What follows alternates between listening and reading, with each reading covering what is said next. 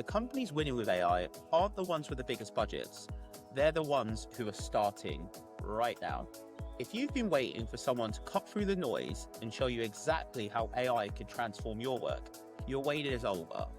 Your competitors have already signed up. I'm Kenny, founder of Brim and the host of the AI Opportunity. Welcome back to another episode of the AI Opportunity. This week, I'm speaking to Zac Engler. Super excited to have you on the show. Zac, welcome. Thanks so much, Kenny. Super excited to be here and talking all things AI.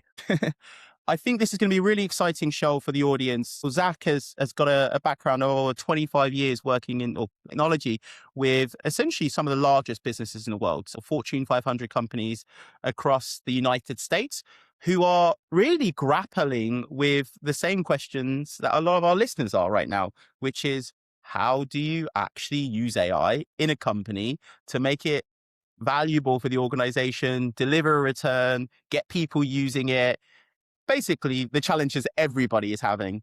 And the work that you do as a technology leader at C4, I think it would be really good if you could tell the audience a bit more about that, the sorts of challenges that you experience. And then I'd love to dive in because I have so many questions for you, Zac. For sure. Thanks so much, Kenny. Yeah. So when it comes to C4 and my role as Chief AI Officer there, to boil it all down into three simple things, we focus on helping Fortune 500 companies roll out effective, real-world practical training, AI training for their teams to get them that base layer of being able to crawl with AI. Then we progress into a more of a strategic approach where we help them figure out how to connect different departments together and really build a cohesive, streamlined automation capability across their org.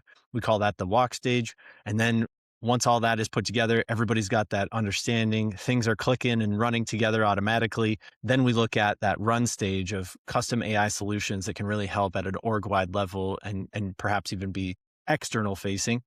We've rolled out over 50 different trainings in the last year. Baseline, like average productivity of completing one of our trainings is 30% productivity boost for the users. Worst case scenario, it's 10%, which means you get 4 hours back per week if you're the bottom performer. That's pretty cool. And then top level, we're seeing 80% productivity gains in that crawl stage.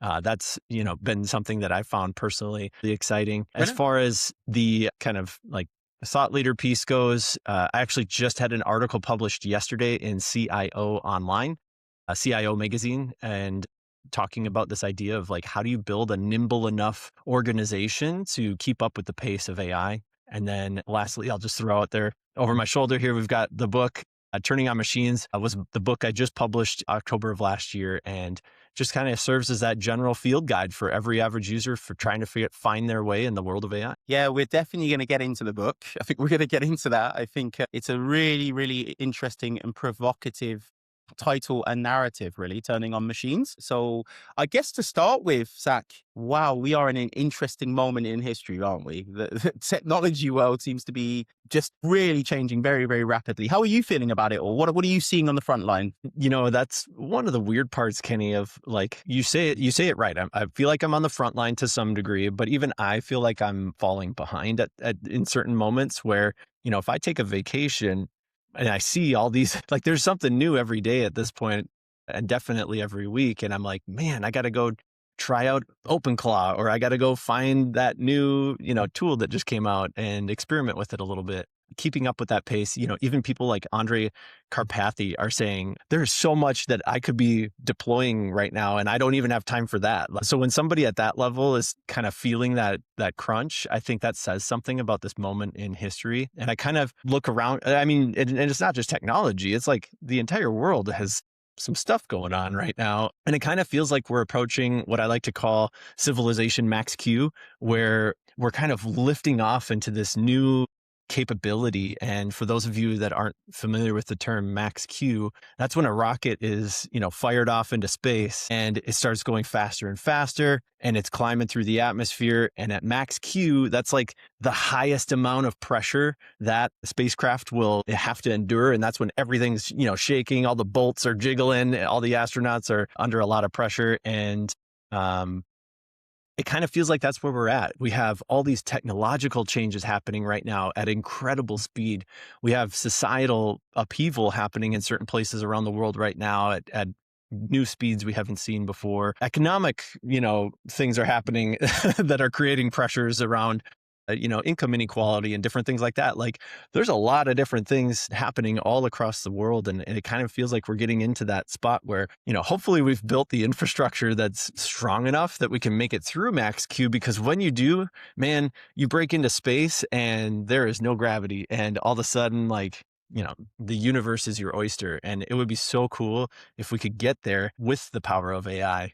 And that's kind of my whole thesis behind the book. And yeah, where I hope things can go from here. Yeah, I think it's such a powerful visual metaphor. And, being someone who is definitely kind of at the front line, it's just like what you talked about. It does feel dizzying at times how fast things are changing. I think it's really interesting about the rocket metaphor because, as you say, we're approaching that max Q and we're all kind of seeing this exercise of force in our lives. Whether we are feeling it now or we're about to feel it tomorrow, it's happening. How do you think that people can prepare themselves for really being able to deal with that force that's coming and, hopefully finding themselves on the inside of the rocket, not on the outside? How would you talk to the audience about, how they can position themselves for what essentially is a very fast changing world? Yeah, absolutely. I personally feel strongly that the direction of where we go shouldn't be left in the hands of a few. Elon Musk, Sam Altman, Sundar Pichai, Jensen Huang,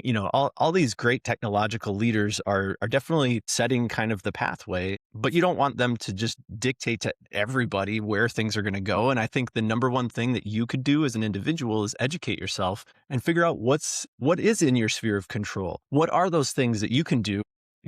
Think global, act local, right? Like, what are those things that you can do to better educate yourself? How will AI impact you, your career? How will it impact those around you, your business, your community, right? And start thinking about those ways that you can plan for that and accommodate that within your sphere of control, because there's a lot of stuff that's going to be outside of your sphere of control. But if you don't take that first step on the education side, you have no voice in all of this. And I think that that's super important at this stage, that we get as many people involved in the conversation as possible, because otherwise, somebody like an Elon Musk or a Sam Altman is going to make the calls that they want to make. And, if there's not a big enough audience to kind of either echo or push back on that, well, then you're beholden to that kind of leadership by the few. And I don't know that that's what is in the best interest of everybody in a democratic Yeah. society. It's a really powerful and interesting point, and I'd love to talk a little bit more about it because I think we're in a really interesting moment that if you do watch any of the sort of statements made by some of the leading technologists, there is a common theme we're hearing a lot now, which is everybody is really, it's an open secret. Everyone is aware that society is about to change quite dramatically over the coming years, but nobody seems to be owning that societal change. It's almost always a bit of a parody where it's like, government needs to be paying attention. Government needs to be paying attention. And it's really interesting because I think if you're on the commercial side of AI, it isn't your realm. Are you meant to have responsibility over societal change? I think it is a political matter. But Mm-hmm. then the incentives around politics are, cynically or not, most politicians won't do anything unless their electorate and their constituencies say that this thing matters to them. How do Or you the think? donors. Yeah, all the donors. Yeah, I guess to be more cynical, all the donors. But I think ultimately, democracy is about this idea that you represent the thoughts and the agendas of your constituents. How do you think we can help the sort of average electorate member realize the importance of participating in AI? Because I think education is really important. I think that's one step. But the education is really to give them a platform to participate. And if they don't participate, it does start to look like the future that's around the corner is going to be probably not equally distributed. What do you think, Correct. Zach? Yeah. So on that front, Kenny, I love movies and I'm a big movie buff. And I think it's easy to kind of think about like, what are those pathways to the future that are kind of already played out in movies to help people understand, like, these are the different, choose your own adventures that we could go on as a civilization.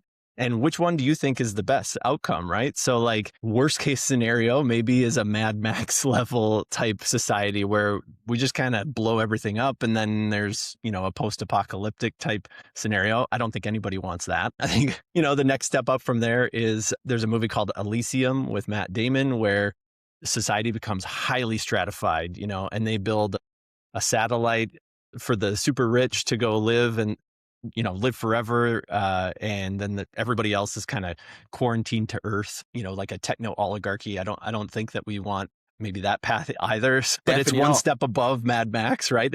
It's better, but not ideal. And then you move into things like maybe more of a, I don't know, one step removed approach, like the movie Her with Joaquin Phoenix, where you have an AI incorporated into society and we're not in a techno utopia. We just kind of continue forward with what we've got, and AI is there for the ride. And then lastly, you start looking more optimistic, things like Star Trek, this idea that we work through all of our conflict, we rise above it and find a way to collectively shoot for the stars. I think that kind of ideal of like, how do we transition to a meaning economy? Right now we're in a financial economy and everything is driven by economics and finance and productivity. This idea that we could transition to a meaning economy, I think, is a radical idea, and one that I'm investigating for my next book. And this idea that like we kind of need a whole new set of like civil rights or digital rights, basically, to help educate people. Because if you don't know your rights, like, what are you going to stand for? That was something that the U.S. Constitution did such a really good job outlining of like,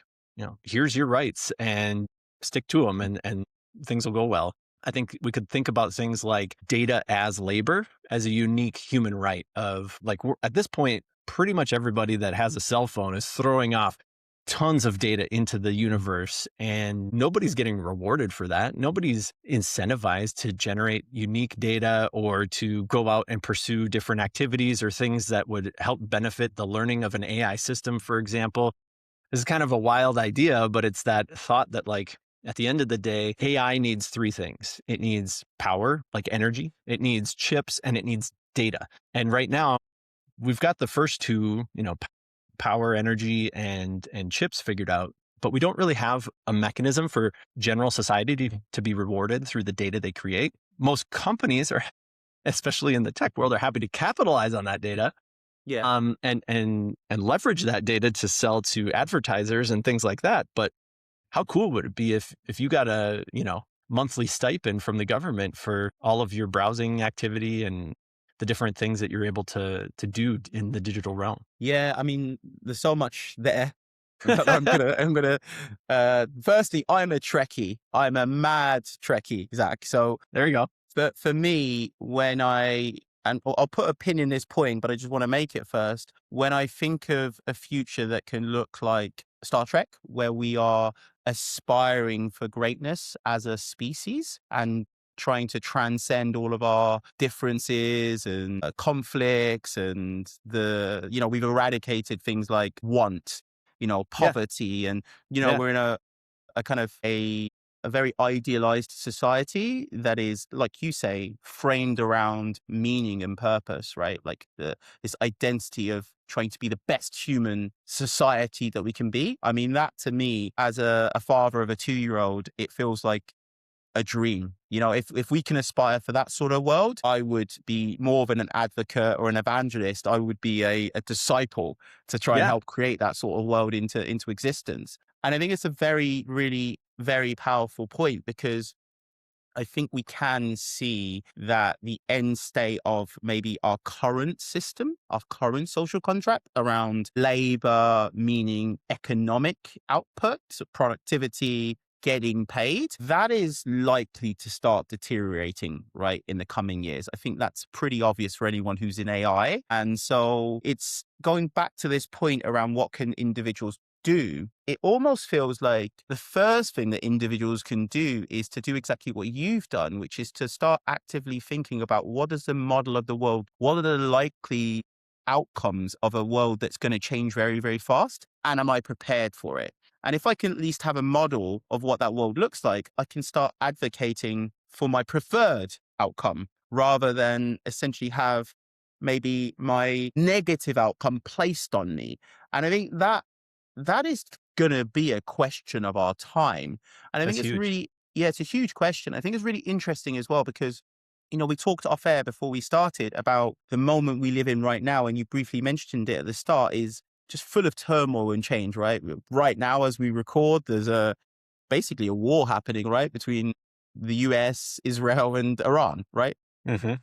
There are, I think, something like 12 different conflicts across the world. Much of the world is suffering huge economic upheaval. There is just a general sense, I think, across many parts of the world that the existing social contracts don't make sense anymore. They don't work.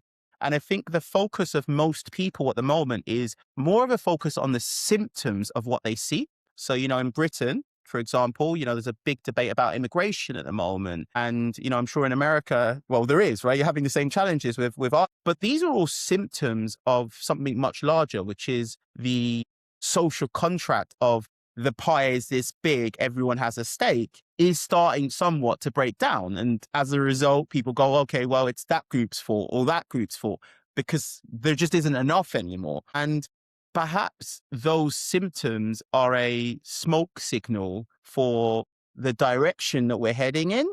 And what we really need to be doing is understanding that this conversation we're having around AI, because it's not really just AI, it's technological change, right? As a broad secular trend, is accelerating many things that may be very positive or very negative. But actually, if you educate yourself today, you can have a part in helping society decide that, right? And Absolutely. right now, there probably isn't that level of engagement. And that's quite scary. It's Do you know what like I mean? threading a needle. Yeah, absolutely. It's threading a needle, Kenny. And it's that idea that, I mean, look at society in general. Anytime we've let unfettered capitalism just go all the way, as far as it possibly can go, that creates huge societal imbalance, between the haves and the have-nots. Same goes with unfettered socialism, right? Like eventually some kind of group tends to capitalize on, those resources and stop them from flowing down to the rest of the folks involved. So I think one thing that again, contemplating for this next book and this idea is this idea of like, if right now society has spent the last 100 years centralizing things, maybe now we can leverage AI to figure out how do we effectively decentralize things and create, effectively, pockets of people that can mutually benefit from these technological advancements while maintaining that competitive aspect, right? So of like striving for more, doing more, being competitive. Because again, if you just say, well, everything's free and you just get whatever you want, that creates no incentives for people to strive.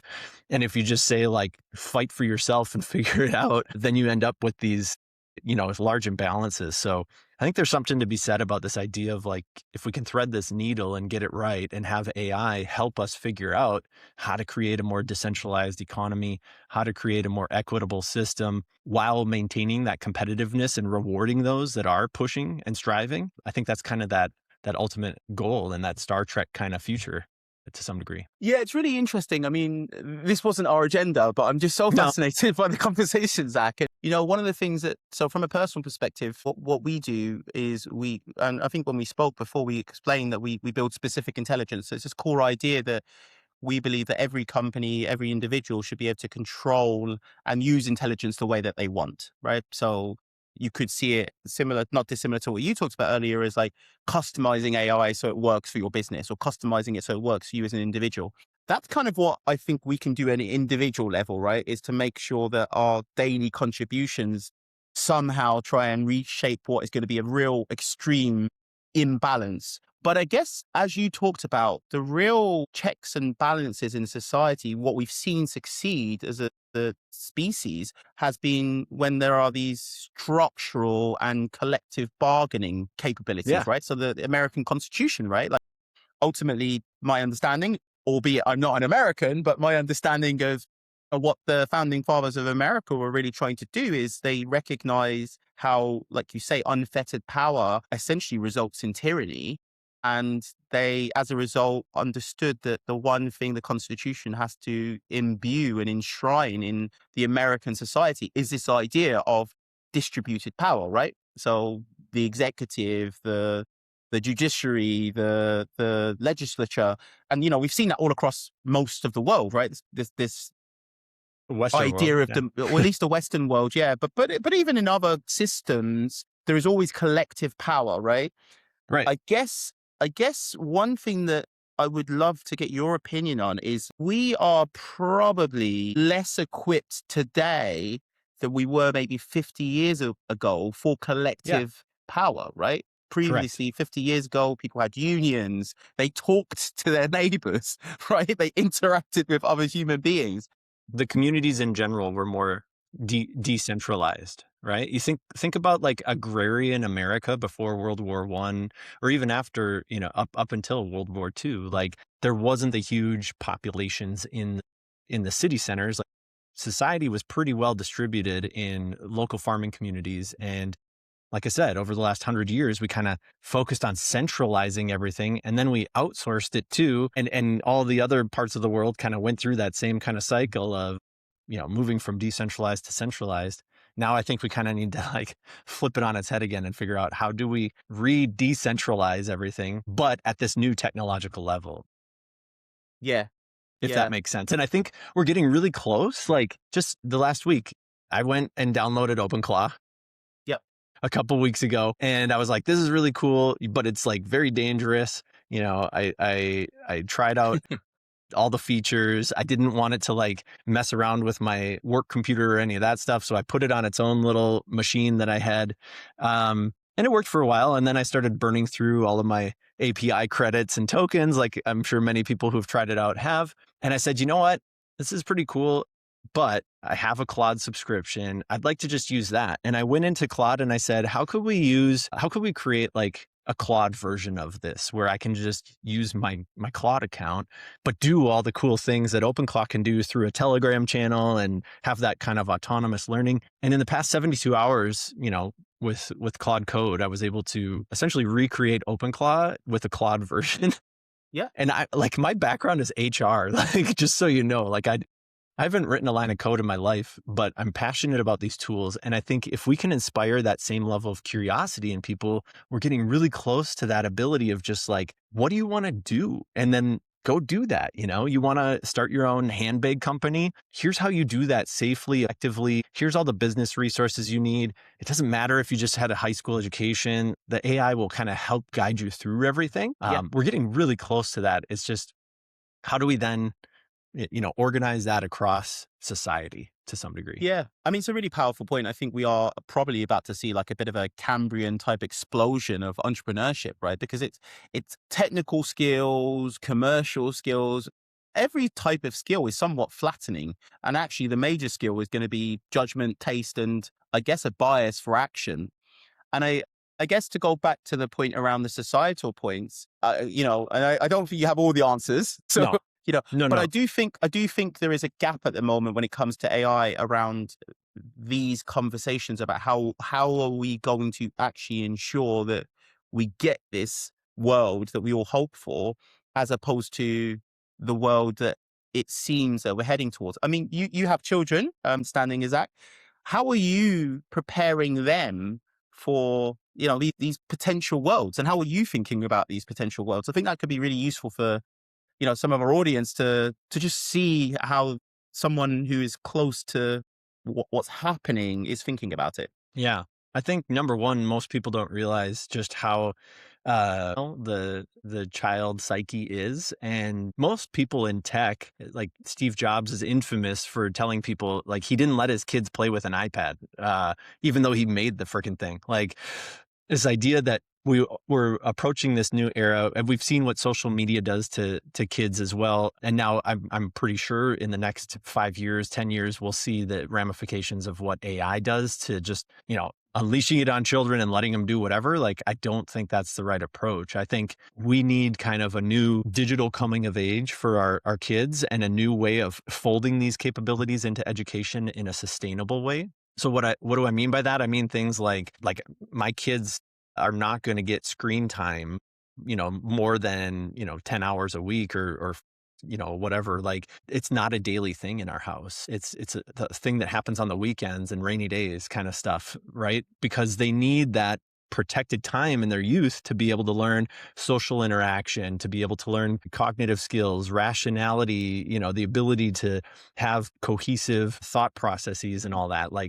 And up until 20 years ago, we didn't really have to worry about that. It just happened because that's how we functioned. Now we have to be more deliberate about that, I think, and we need to educate people on how to do that more effectively. Yeah. Otherwise, we're gonna end up with the same pitfalls of, I'm sure you've heard stories and seen, with the Anxious Generation is a great book if you haven't read that, around what happens when you just let kids, deal with through social media unfettered for their entire youth. It creates, a much more challenging process. So I don't know if that answers your question fully, but that's how I'm kind of thinking about it, of like, how do we have like a digital bar mitzvah or like a digital quinceañera or whatever, where it's like, okay, once you're 15, now you're ready for unfettered social. Now you're ready for unfettered AI. And up until that point, it's like, well, so an adult is going to help you navigate that stuff and kind of manage that for you. Yeah. Does that make sense? That makes perfect sense. Almost like an AI license, right? Yeah. I guess the challenge is that unfortunately, as adults, we're not around our kids the majority of the time, right? They're at school, they're in education. And so I guess it's how do you prepare them for a world when maybe you can't have that sort of supervisory influence? Right. I think it's really also very interesting because, I mean, we've talked about children now, and just to tie it back to the point that you make in your book and you made earlier around Elysium, I've actually watched Elysium, so I know the reference, and It's amazing.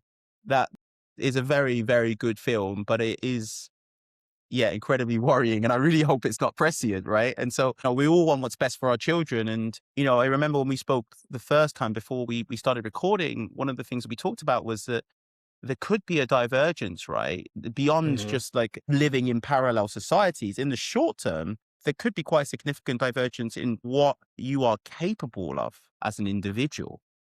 Correct. Because, there are those individuals like yourself who, like you said, you worked in HR, you've never been technical in that sense. And then suddenly you're building yourself an on-device AI agent that can do anything for you, right? Pretty much. That has increased your productive power. It's improved your intellectual power. I'm sure there are so many vectors that you are now better than Zac 2 weeks ago. And how does that play out in society where some people are in that category and are going to lean in, but a very large portion of people aren't? Do you see that we're likely to see, in the short term, this extreme divergence, like almost an inequality of human capability? What are your thoughts on that? Yeah, so I actually wrote about this all the way back in 2016. If you go to my website, turningonmachines.com or zacengler.com, you can go to the machines learning blog, go all the way back to the very first one. I think it was published in April of 2016. So we're approaching the 10-year anniversary. And in that blog, I talk about this idea of the divergence of humanity that will likely happen as a result of all this technological change. And it's this idea that there's going to be a certain group of people, and you're already seeing this happen, who are like, no AI, like don't put AI in anything that I'm working with. I've heard stories of people who were let go from companies because they refused to work with the AI system that they put in place. Like that's happening. That's real. And it's just going to get exacerbated. Yep. To the point where maybe there's going to be like communities that crop up that are AI free or robot free 10 years from now. And then there's the more like middle of the path people who maybe I'm more in this boat where it's like, yeah, I'm happy to work with AI and I'm happy to, interact with robots as long as they're safe and, doing non-dangerous things. And that's kind of that middle of the road people that maybe have a bit of a hybrid approach to how they get things done. And then there's going to be a group of people who want to become like fully cybernetic and interface with the AI. And you look at things like what Elon Musk is doing with Neuralink and some of these other organizations focused on longevity and digitizing, what people can think and do. And you might see a whole kind of new branch of humanity kind of come out of that, where you have fully cybernetic people that have, their brain, but then they also have like a chip in their head that they can offload memories to, that they can get real-time updates with, connect to the World Wide Web, have access to all human knowledge with, the blink of an eye.